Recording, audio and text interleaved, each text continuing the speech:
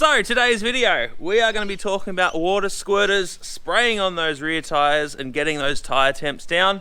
I know there's a lot of people out there that are struggling to do drifting at the moment with rents going up and everything else that's happening. So wanted to put this video out there because I know a lot of people know that this does save you a bunch when it comes to tyres, but they probably haven't had the motivation to do it. So I'm hoping it stirs a few people up to do something like this, what I'm going to do in this video, and make their drift costs a bunch cheaper.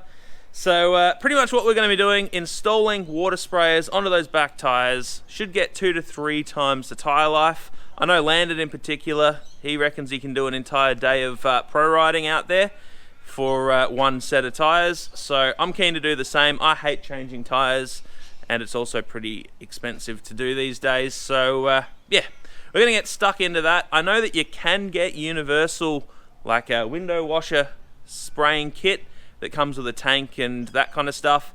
Looking at that, I don't think they hold enough water. I don't think they put out enough water. And also those jets are pretty susceptible to being hit by delaminating tyres and breaking off. So I've got a bit of a different kit that I've cobbled together. Cost me about $60 in total, which I'm pretty happy with.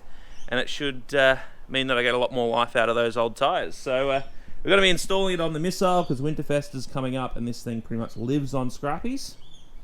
So let's go take a look at the bits and pieces that I bought. Here's all the gear that we're going to be working with today.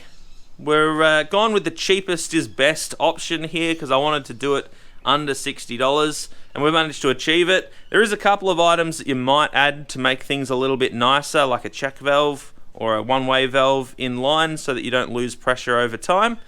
But this is everything that you need to actually make it happen and get water onto those tyres. We'll start out on the right-hand side. This is a tank from a tinny. It's a bit of an old one. It's metal. It's a little rusty, but the inside is as clean as a whistle. It's got a gauge on it and a pickup with a filter. So I got that for $10 from Marketplace, which I was pretty stoked about. You can get newer plastic ones for about $30 in about the same size, which is 22 litres, or you can get a 40 litre one for about $50 on Marketplace. So a little bit of shopping around, but this one was local and only $10, so it was the right one. Next, we've got this Good Pump, which is a 6 litre per minute eBay pump. Cost $15 online, and it's got a 10 mil and in and a 10 mil out, so it flows plenty of water. Next is straight from the Bunnings aisle. We've got some tubing, we've got some joiners, and we're going to use that to plumb it all together. We've also got some hardware, other bits and pieces that we need to use to hold the tank in. And finally, we've got these 2 bolts here. The ops manager at work was nice enough to jump on the lathe and hollow out a 6 mil hole all the way through this bolt. And these are going to be the jets that we use to fire water onto the tyres. I didn't want to go with something plastic or generic because that's not going to withstand a tyre exploding. So I figured this bolt is going to be strong enough. At first we had a 6 mil hole all the way through, but the problem was it wasn't creating enough pressure and all the water was falling in one spot. So what I did instead was I welded up this end of the bolt, which is going to face the tyre. I got a drill bit and just drilled a bit of what I welded from the far end, which created a bit of a dome effect on the back side here.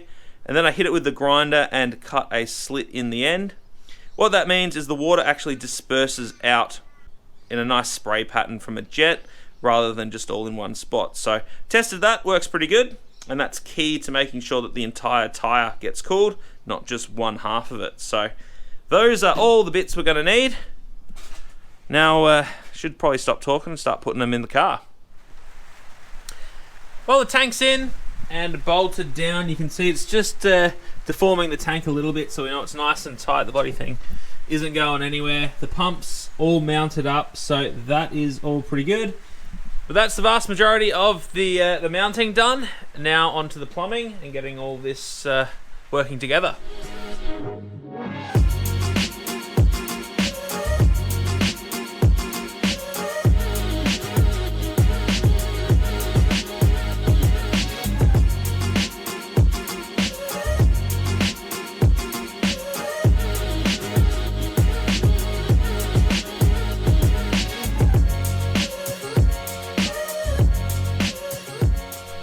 I spent a fair bit of time last night getting all the plumbing done on this setup and tying down those lines so they don't thrash about when I'm drifting. Pretty happy with how everything came up for a hack system. It actually looks pretty neat. Did move the jet from aiming straight towards the tyre to drilling a new hole and putting it on more of an angle. Found that actually worked a fair bit better. There was a fair bit of time put into just making sure that these water sprayers are spraying across the whole width of the tyre and using as much of that water as possible. So we got that pretty much dialed, and now we're going to have to move on to the electrical because I've got this ghetto rig at the moment running everything. But before I pull that apart, I'll give you a quick demonstration of how it all works. Alright, so we'll switch this on. You can see it throws out a fair bit of water here. That's pretty much going to be aiming right at the tyre, so I'm pretty happy with that. Then on this side it comes all the way across to the outside. So yeah, pretty happy with that. Oh, now to do the electrical. Alright, so the electrical's done. Not that it's that complex, but I think I've been kind of ingenious with this. And I've hooked it up to the rear window demister. Reason being is it already has a switch that I can get to nice and easy, and it already has a light, so I know when it's on. So we'll give that a test. We're doing this live. I haven't actually tested it yet, but it's ignition and demister, and we've got pump, and we've got water. Over the other side, I set up camera already, and yeah. I think we're running out of water now, but that is working well. Oh, man, this shed is a little bit tight, but there we go. It's got a little light on it. And I can hit that pretty easy after I do a lap. So, stoked with that. Pretty happy it worked first time. Didn't make me look silly.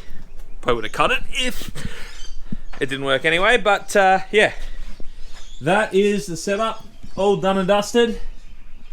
Now just got to take some water out with me, and hopefully it's not raining at Winterfest and I actually get a chance to test this. So that will be the next part of the video. See you out at Winterfest.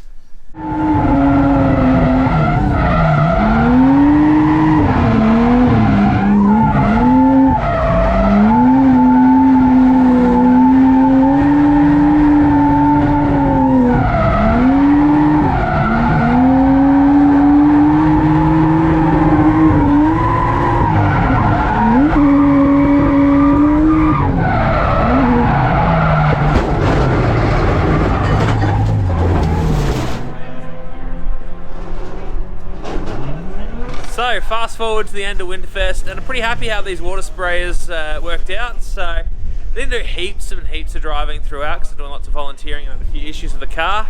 But these new tyres here, the ones, these Salins, they were probably 10, 12 laps on the main track and whole heap on the skid pan, and they're still probably good for nearly the same amount again. So that's just putting the water sprayers on after either each lap of the main track or a couple of laps on the skid pan.